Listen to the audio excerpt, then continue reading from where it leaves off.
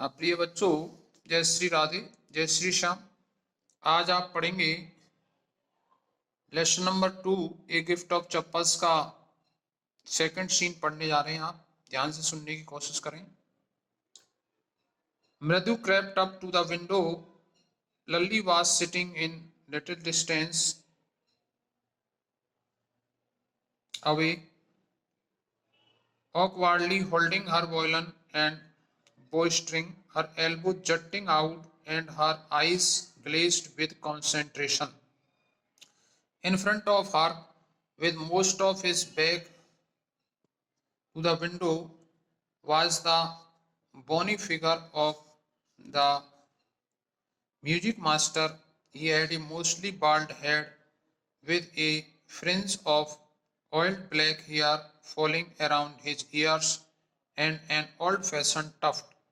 A gold chain gleamed around his leathery neck, and a diamond ring glittered on his hand as it glided up and down the stem of violin. A large foot stuck out from beneath his gold-bordered vastiers, and he was beating time on the floor with Scarny Big Two. ध्यान से समझने की कोशिश करेंगे बच्चे। मृदु crept up to the window. मृदु सावधान होकर धीरे से खिड़की तक गई। क्रेप्ट यानी चलना होता है, लेकिन सर्प वगैरह के लिए आता है रेंगना। तो यहां पर इसका धीरे धीरे चल के गई। लल्ली वहां से कुछ दूरी पर अपनी कोहनियों को बाहर निकालकर तथा दृष्टि को ध्यान में टिकाकर वायलिन और उसके तारों को बड़े बेढंगे रूप से पकड़कर बैठी हुई थी। Lalli was sitting a little distance away, थोड़ी दूर लल्ली वहां पर बैठी हुई थी। ऑकवर्डली होल्डिंग हर वायलिन, और बेतुके ढंग से उसने अपने वायलिन को पकड़ा हुआ था। Her elbow jutting out and her eyes glazed with concentration. Lalli वहां से कुछ दूरी पर अपनी कोहनियों को बाहर निकालकर तथा दृष्टि को ध्यान में टिकाकर वायलिन और उसके तारों को अब बड़े बेढंगे रूप से पकड़कर बैठी हुई थी। उसके in front of her with most of his back to the window was the bony figure of music master भी था वहां पर। उसके सामने एक पतला दुबला संगीत मास्टर अपनी पीठ का अधिकांश भाग खिड़की की तरफ किए बैठा था। He had a mostly bald head with a fringe of oiled black hair falling around his ears and an old-fashioned tuft.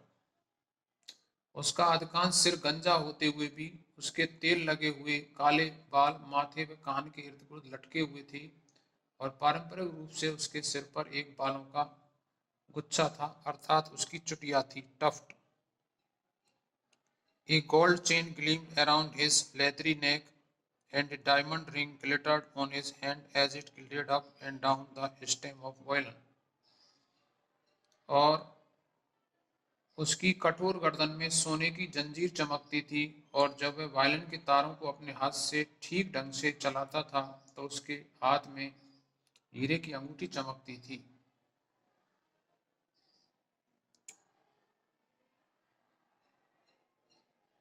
A large foot stuck out from beneath his gold-bordered vesties, vesti कहते हैं धोती को, and he was beating time on the floor with a scrawny big toe. उसकी सुनहरे किनारे वाली धोती के बाहर नीचे की ओर एक बड़ा पैर निकला हुआ था, और वह अपने पतले व लंबे पैर के अंगूठे को ताल मिलाने के लिए बार बार फर्श पर मार रहा था।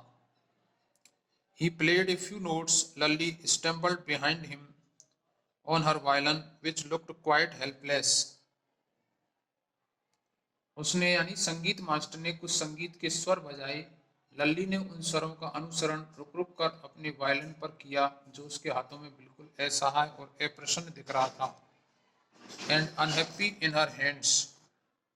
What a difference! The music master's notes seemed to float up and settle perfectly into invisible tracks of the melody. It was like the wheels of a train fitting smoothly into the rails and whizzing along. As Ravi said, Mridu stared at that whose beringed hand moving effortlessly up the violin's stem, making lovely music. Squawk. There was Lalli derailing again. Amma came a wail from the gate. Amma, oh, Ravi sent the beggar away, cried his mother from the back veranda where she was chatting. संगीत master इसको सिखा रहा है बच्चों लल्ली को। रुक रुक कर लल्ली ने वायलिन पर अपने किया, उसके हाथ बिल्कुल ऐसा है और एक्सप्रेशन दिख रहे थे। व्हाट इज डिफरेंस, तो अर्थात दोनों के स्वरों के बजाने में बहुत बड़ा अंतर था। संगीत मास्टर के स्वर मुख्य ध्वनि की अदृश्य राहों पर तैरते हुए एवं पूर्ण रूप से व्यवस्थित होते प्रतीत होते थे। Perfectly into individual tracks of melody, perfect दिखते थे। It was like the wheels of train fitting smoothly into the rails and whizzing along। ये जो संगीत के स्वर थे पटरियों पर सुचारू रूप से चलने वाले और सरसराकर तेज चलने वाली रेलगाड़ी के पहियों के समान थे। जैसा कि रवि ने कहा, एज रवि सेड, रवि ने कहा, मृदु स्टेयर्ड एट द हुज, मृदु उस अंगूठी पहने हुए बड़े हाथ को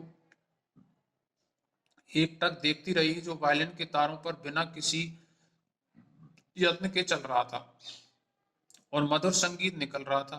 लल्ली अपने वायलिन से किसी डरी हुई चिड़िया की सी आवाज निकाल रही थी और पुनः पटरी से उतर रही थी, अर्थात वह लय नहीं मिला पा रही थी। अम्मा वो अम्मा, दरवाजे से एक दर्द भरी आवाज आई। Amma came a wail from gate, अम्मा वो अम्मा की आवाज आई। Ravi send the beggar away, Ravi उस भिखारी को वहां से भेज दो। पीछे वाले बरामदे में से उसकी माँ ने चिल्लाते हुए, जहां वह तापी के साथ बैठकर बातें कर रही थी, वहां से उसने उसको कहा कि इसको भिखारी को यहाँ से भगा दो। शेष आपको आगे पढ़ाया जाएगा। थैंक्स।